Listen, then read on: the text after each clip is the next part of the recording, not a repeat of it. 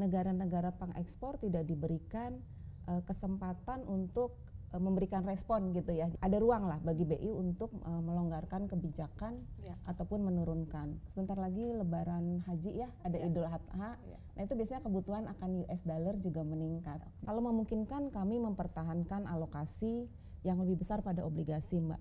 Karena harga saham sudah makin murah gitu ya, kita juga menambah portfolio ke saham-saham tertentu. Jadi historis kita bagi dividen 5% setahun, tapi kita bagikan secara bulanan kepada nasabah. Kita terus invest in your future, kita terus invest in better income.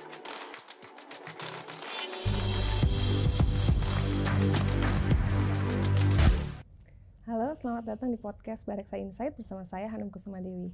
Dan kali ini saya ditemani dengan COO Bareksa, Niputu Kurniasari. Halo. Halo, Mbak Putu. Kita kembali lagi di studio Bareksa setelah libur panjang ya Mbak. Oke, dan kali ini kami kedatangan tamu yaitu Direktur Eastspring Investments Indonesia, Ibu Sulistari atau Bu Tari. Terima kasih atas kesempatannya. Thank you for having me today. Oke, makasih banyak ya Bu udah datang ke Bareksa. Sama-sama. Jadi kali ini kita mau bahas nih. Jadi setelah liburan panjang, pasar kaget nih dengan kondisi global gitu ya. Mungkin kita akan bahas nih di episode kali ini. Oke. Jadi begitu buka market pasca Lebaran anjlok gitu, sampai IHSG kena trading halt gitu ya. Dan itu kan memang kita dengar sentimen dari global ada kebijakan baru tentang tarif perdagangan dari Amerika Serikat. Nah itu mungkin Ibu bisa jelaskan sebenarnya apa sih yang terjadi bisa sampai kayak gini gitu di marketnya. Oke, menarik. Terima kasih atas pertanyaannya. Kejadian tersebut sebetulnya adalah mungkin penyesuaian ya yang sempat tertunda ya. Kita ada libur panjang kan Mbak selama mungkin 11 hari dari akhir Februari sampai dengan 7 April. Nah jadi selama libur panjang itu mungkin mayoritas pelaku pasar di Indonesia kan kita enjoy liburan ya, menikmati liburan. Tapi somehow pasar finansial global itu diguncang ya oleh kebijakan eskalasi tarif terbaru dari Donald Trump. Jadi pada 2 April itu Trump mengumumkan tarif baru secara luas dalam apa yang disebut sebagai Liberation Day gitu. Jadi Liberation Day ini menandai perubahan besar dalam kebijakan perdagangan Amerika melalui kenaikan tarif terhadap beberapa negara-negara pengekspor gitu ya. Jadi apa sih Liberation Day? Jadi Liberation Day ini menetapkan tarif dasar sebesar 10% kepada negara pengekspor. Kemudian apalagi dia juga memberikan tarif tambahan dan impactnya ke siapa? Impactnya banyak sekali. Jadi ada ke sekitar 60 negara pengekspor dan salah satunya adalah Indonesia. Jadi Indonesia dikenakan tarif sebesar 32% oleh Donald Trump pada saat kita libur tadi itu gitu ya. Nah kemudian apa berikutnya gitu ya, ketegangan meningkat karena kemudian China membalas atau merespon dengan mengenakan tarif balasan kepada Amerika. Nah kondisi tersebut semakin menambah tekanan pada pasar global. Jadi semua market pada saat kita libur itu turun cukup tajam. Jadi indeks di Asia, di US, di Eropa itu turun cukup tajam pada saat itu. Itu yang pertama. Kemudian komoditas juga mengalami tekanan. Jadi contohnya adalah tembaga gitu ya. Dan hal itu apa sih? Itu mencerminkan kekhawatiran pasar global terhadap kondisi ekonomi gitu. Jadi mungkin dua hal itu. Kemudian kebijakan baru dari Trump tersebut juga mengundang banyak kritik. Tentu saja banyak kritik ya dari market. Kenapa? Karena tarifnya terlalu tinggi. Kedua, terlalu mendadak. Kemudian negara-negara pengekspor tidak diberikan kesempatan untuk memberikan respon gitu ya. Jadi tidak ada ruang untuk melakukan proses negosiasi gitu. Itu yang terjadi selama kita libur. Tapi ada perkembangan terbaru lagi nih. Jadi di 9 April kemarin Trump menunda. Jadi ada penundaan 90 hari terhadap tarif-tarif tadi. Tetapi ada pengecualian di mana China tetap dikenakan dan dikenakannya itu sampai level yang sangat tinggi ya. Jadi sampai 145% gitu. Nah, China juga membalas. China membalas Amerika dengan menerapkan tarif di 125%. Jadi balas-balasan gitu ya. Nah, ada yang menarik lagi. Jadi baru pekan kemarin Trump mengumumkan pengecualian beberapa barang. Akhirnya melunak gitu ya. Jadi kayak ponsel, kemudian apalagi komputer, itu ditunda tarifnya, bahkan termasuk yang 10% tadi tidak termasuk. Nah, dengan hal baru ini reaksi pasar sangat positif. Jadi reaksi pasar sangat positif, kita bisa lihat di 4 hari terakhir dari Kamis minggu lalu sampai dengan kemarin, pasar lokal di Indonesia itu positif ya. Jadi 4 hari berturut-turut kita mengalami kenaikan lah di pasar saham gitu. Jadi itu kurang lebih yang terjadi dari kita libur sampai kemarin. Tapi view kami kita tetap harus waspada. Karena kan ini ditunda bukan dibatalkan gitu ya. Jadi ditunda 90 hari. Jadi kita tetap harus waspada karena masih ada ketidakpastian lah daripada global ekonomi. Mungkin itu sih Mbak Anu. Karena memang ini pasar saham tuh lebih cepat merespons ya Bu ya. Betul, sangat responsif terhadap berita-berita terutama baik di global maupun domestik sebenarnya Mbak Putu. Dan itu pun sebenarnya tidak hanya unik terjadi di pasar Indonesia kan. Betul. Itu juga terjadi di market-market lainnya. Jadi impact bukan hanya di sini. Itu yang mungkin kita harus tekankan ya ke nasabah-nasabah kita, ke investor kita. Terkait dengan ya itu tadi kebijakan tarif itu juga, ini dampaknya kan rupiah juga ikut melemah gitu ya, sampai mendekati 17.000 per dolar AS. Nah, terus kemarin sempat dolar udah mulai melemah lagi, indeks dolar, tapi kok rupiah masih aja segitu-segitu aja gitu. Nah, ini gimana nih arahnya ke mungkin ke inflasi, nilai tukar, dan BI rate ke depannya itu akan seperti apa gitu ya. Mungkin kalau dari view kami memang langkah Trump tadi memang membuat situasi pasar jadi makin kompleks ya, dengan perubahan-perubahan kebijakan, kemudian sentimen risk off itu memang menekan nilai tukar rupiah. Jadi ada dua sentimen nih Mbak, global, kemudian juga sebenarnya dari sisi domestik juga ada beberapa isu-isu domestik yang kita tahu ya. Nah, itu memang menekan nilai tukar rupiah. Nah, untuk BI sendiri, suku bunga BI pada saat ini kami melihat BI masih memprioritaskan stabilitas. Jadi BI masih mempertahankan suku bunga acuan di 5,75% gitu. Jadi memang melihat kondisi domestik yang memerlukan dorongan pertumbuhan dan inflasi yang masih terkendali, sebenarnya BI bisa menurunkan gitu ya. BI bisa ada ruang lah bagi BI untuk melonggarkan kebijakan ataupun menurunkan. Nah, tapi dengan kondisi global yang masih fluktuatif, BI memilih untuk menunda. Jadi tetap di level yang 575 gitu. Mungkin BI akan lebih terbuka apabila volatilitas pasar modal lebih terjaga gitu ya dari view kami. Kalau kondisi globalnya sudah lebih stabil, mungkin BI punya ruang untuk menurunkan suku bunga. Nah, seberapa kalau dari view kami bisa sampai 2 kali di tahun ini, bisa maksimal sampai 2 kali. Nah, itu tergantung lagi-lagi dengan dinamika dari pasar global gitu. Nah, ada satu hal lagi juga di mana The Fed kan juga ada potensi untuk menurunkan suku bunga. Nah, kalau menurut konsensus pasar itu bisa mungkin sampai 2 kali ya di tahun ini. Jadi kalau proyeksi ekonomi terbaru The Fed di bulan Maret itu bisa sampai 2 kali untuk The Fed menurunkan suku bunganya gitu. Dan ini tentu saja lebih agresif ya dibanding ekspektasi BI yang hanya memperkirakan 1 hingga 2 kali pemangkasan suku bunga tadi gitu. Jadi ruang pelonggaran suku bunga terbuka. Cuma situasinya sekarang masih wait and see ya dari sisi pemerintah untuk hal tersebut. Gitu. Tetap efeknya tetap yang tadi seperti Bu tadi sampaikan, view-nya juga memang masih uncertainty ya, walaupun tadi karena kan kemarin kebijakannya hanya pause gitu ya. Ditunda masih ditunda pun 90 hari itu waktu yang tergolong singkat. Iya. Dan sebenarnya kan yang ditunda juga Chinanya sudah masih tetap kena kan, itu pasti ada impact juga ke ya, sisi kita. Masih tetap ada indirect impact gitu indirect impact, betul Bu. Mungkin saya tambahin rupiah tadi ya, balik ke rupiah ya. Rupiah memang belum mampu menguat gitu ya dengan beberapa isu tadi, dan kita mesti hati-hati juga karena di kuartal 2 tahun ini kan beberapa saham membagikan dividen ya. Jadi banyak juga kan ada repatriasi tuh, dividennya ditarik terutama dari investor asing keluar, itu pasti dikonvert ke US dollar gitu. Jadi ada dua faktor, satu itu kemudian kita juga melihat karena sebentar lagi Lebaran Haji ya, ada Idul Adha.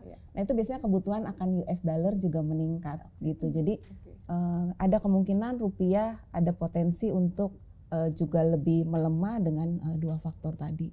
Gitu. Jadi memang agak sulit ya Bu ya untuk ini. Cuman kalau yang saya lihat juga sebetulnya dari BI sebetulnya tetap menjaga level psikologisnya nih ya Bu. Karena biasanya memang dia kalau udah di melewati kelipatannya 1000 dia tetap akan jagain. Tapi kalaupun memang ternyata marketnya menguat, ya sudah nggak dia jaga, itu yang penting dia jaganya adalah di level psikologis itu ya Bu. Jadi yang 17.000 itu yang dia jaga. Betul. Makanya sekarang pergerakannya di 16.800. Benar, gitu ya. betul Bu. Oke. Nah terus sekarang Bu Tari nih sebagai manajer investasi nih ya, gimana nih tim dari Spring Investment Indonesia ini mengelola aset gini menghadapi kondisi seperti ini gitu. Mengelola aset ya. Jadi memang kalau dari kami dari kuartal pertama di tahun ini, kuartal 1 memang dengan pasar mengalami volatilitas yang tinggi, kita lebih mengelola investasi dengan pendekatan yang lebih hati-hati ya, dan juga mungkin tadi ngobrol sama Mbak Putu lebih agile, mesti terus adaptif gitu ya. Jadi kami kalau memungkinkan kami mempertahankan alokasi yang lebih besar pada obligasi Mbak. Jadi di tengah kondisi ini, tapi juga secara selektif dan bertahap karena harga saham sudah makin murah gitu ya, kita juga menambah portfolio ke saham-saham tertentu gitu. Jadi memang kita lebih di obligasi fokusnya. Kemudian obligasinya apa? Itu kita lebih memilih obligasi dengan tenor pendek sampai menengah. Jadi kira-kira yang dengan tenor 5 sampai 10 tahun. Itu yang menjadi fokus kami. Kemudian kita juga beberapa hal kita juga masuk ke obligasi yang tenor panjang gitu. Jadi mungkin seperti itu. Nah, kenapa? Karena kita melihat bahwa peluang kebijakan moneter yang akomodatif itu bisa mendukung kinerja obligasi tadi. Jadi terutama obligasi tenor pendek sampai dengan menengah gitu. Terus itu satu, tapi tentu saja karena kita tetap punya isi reksadana, punya dana kelolaan saham, reksadana saham, kita selektif untuk saham gitu ya. Jadi kita pilih saham yang seperti apa sih gitu. Nah pertama kita memilih saham yang mungkin tumbuh secara berkelanjutan. Kita juga pilih saham yang neraca-neracanya kuat. Kita pilih saham yang memberikan dividen yield yang tinggi. Itu yang kira-kira kita pilih gitu. Jadi memang menurut kami untuk mengantisipasi kondisi ini kita mesti mengelola portfolio secara strategis gitu ya. Jadi sahamnya mesti yang likuiditas tinggi, kemudian peningkatan porsi ke saham yang market cap-nya juga besar supaya liquid gitu. Kemudian yang terakhir tadi dengan valuasi yang atraktif dan dividen yang tinggi gitu. Itu yang kita pilih sih untuk sekarang ini. Itu bisa jadi tips buat investor juga ya Bu ya. Jadi di saat uncertainty masih saya rasa sih masih tetap seperti yang saya setuju sih dengan yang Bu tadi sampaikan. Ini mungkin masih 6 bulan ke depan kita masih akan keluar masuk. Jadi kalaupun memang untuk yang pemain saham ya mulai mengalokasikannya udah view-nya udah dividen, market cap besar, likuiditas tinggi, balance sheet kuat gitu ya Bu. Karena kalau ada apa-apa, karena ini impact-nya kan global ini bisa juga terimpact ke Indonesia kan Bu. Ke company-company yang ada di Indonesia. Karena kan nanti efeknya bisa dengan adanya perang dagang gini kan berarti perusahaan emiten-emiten kita juga jadi semakin kompetitif di market luar karena yang saya dengar kekhawatirannya takutnya juga ada banyak barang masuk juga ke kita. Jadi bisa perang dagang gitu ya. Jadi memang kalau sentimen saham membaik baik global, view kita itu akan pertama-tama akan flow akan masuk ke saham-saham yang capnya besar, kapitalisasinya besar. Jadi mungkin itu menarik untuk dicermati untuk smart investornya Bareksa ya.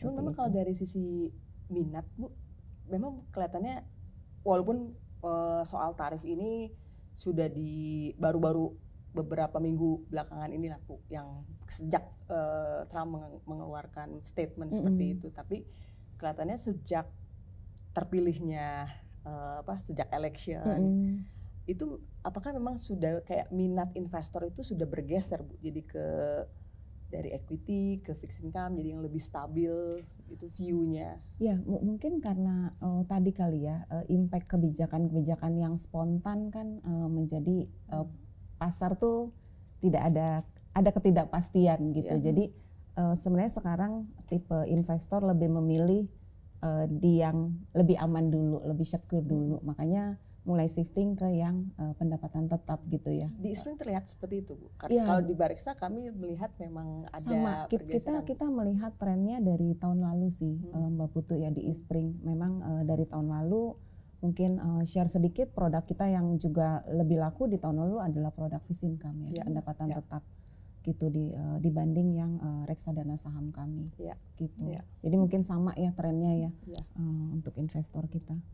Ya memang biasanya kalau ada kelas aset yang tertekan gitu ya, kelas aset yang lain tuh ada peluang gitu. Kayak tadi Bu Tari sebutin di obligasi gitu ya. Mungkin bisa lebih detail lagi di obligasi, tadi ada obligasi negara gitu ya.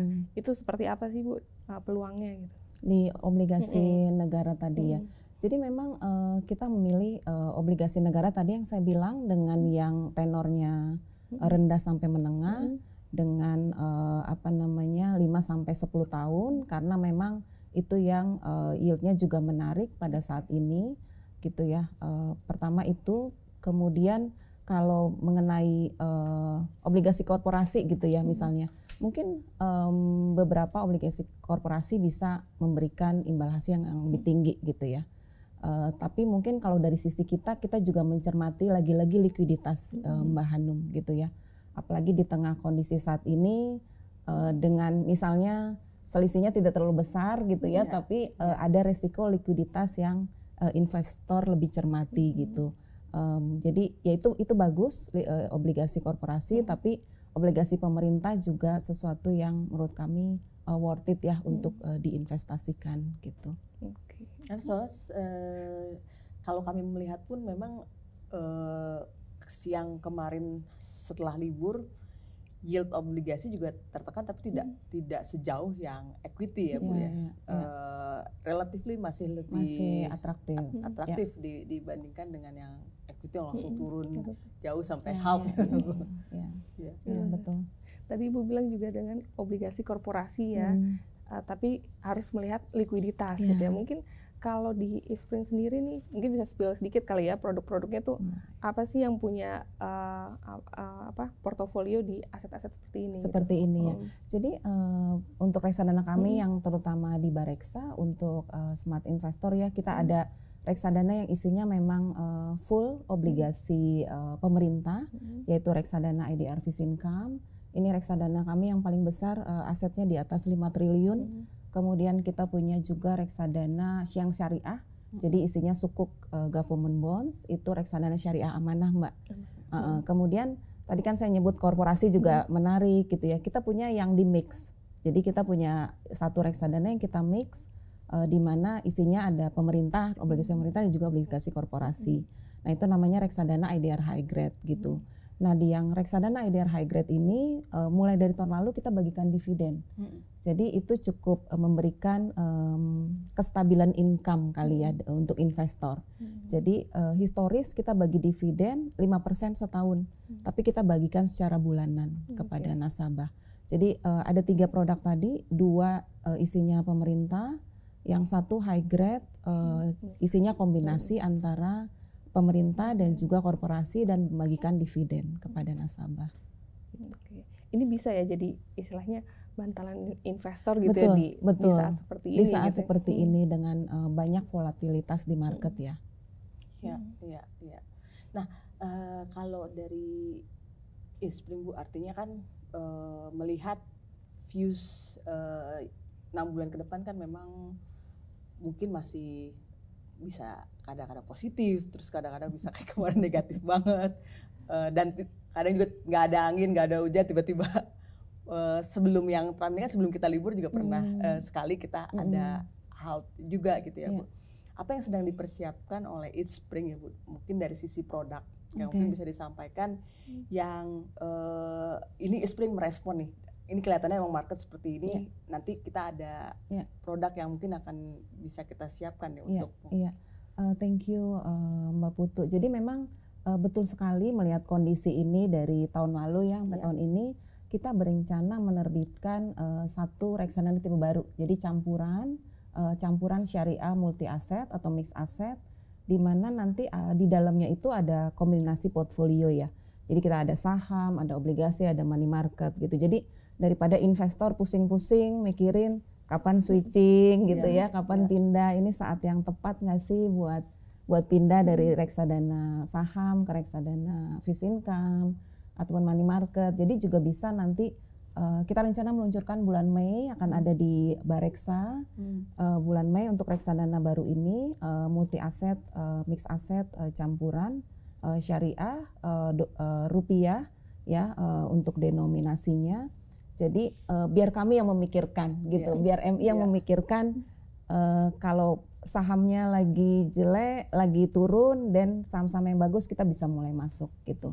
Kemudian kalau kondisi sahamnya lagi kurang bagus dan kita bisa shifting dulu, mungkin lebih fokus ke yang obligasinya gitu. Jadi ini mungkin bisa mengurangi untuk nasabah-nasabah juga yang mungkin gak punya waktu kali ya buat liatin market setiap hari yang sangat volatile ini, bisa pilih ini dan serahkan ke MI untuk memonitor isi portfolionya.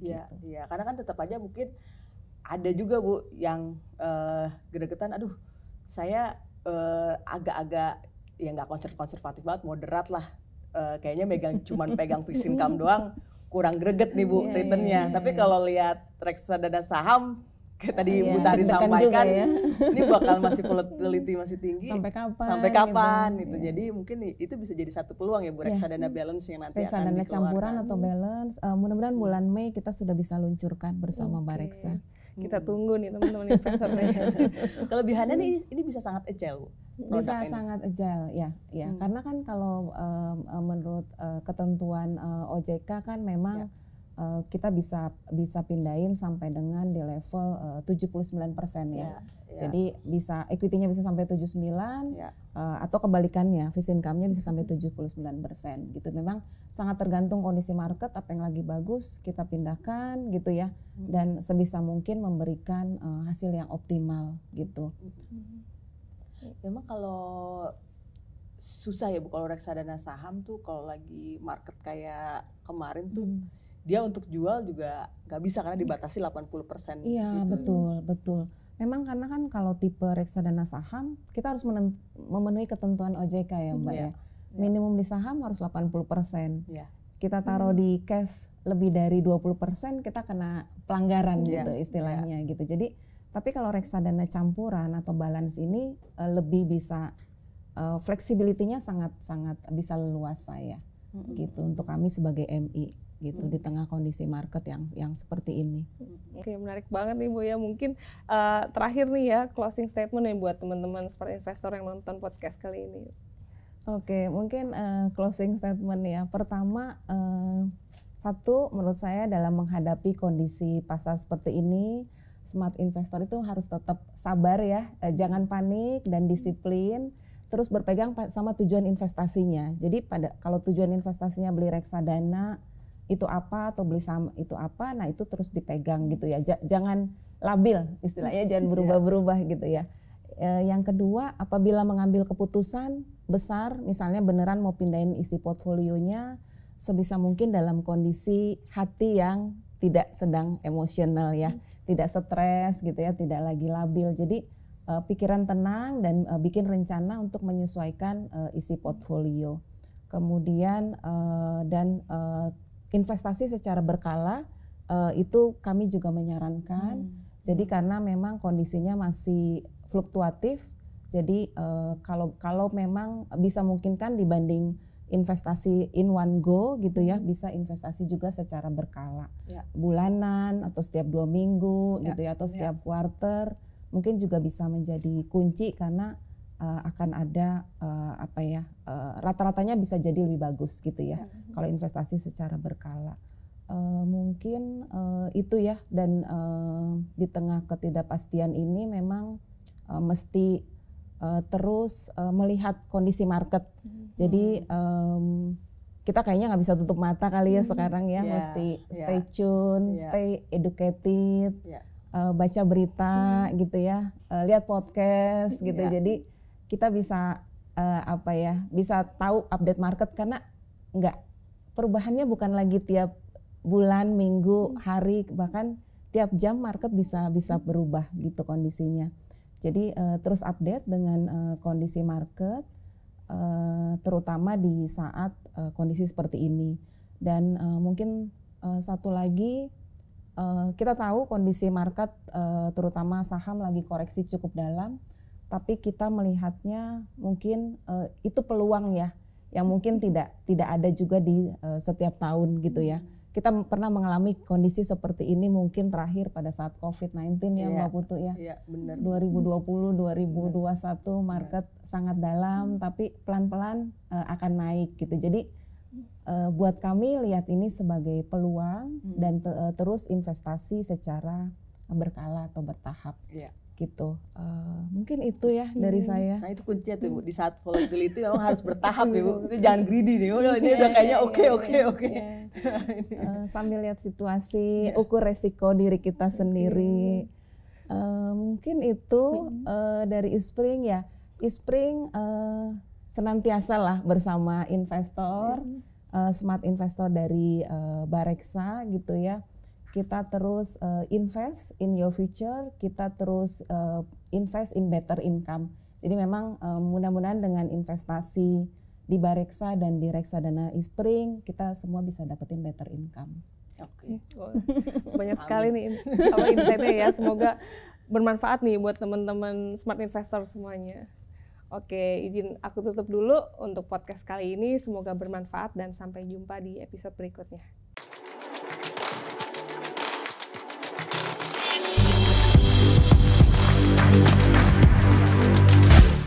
Forex and Insight.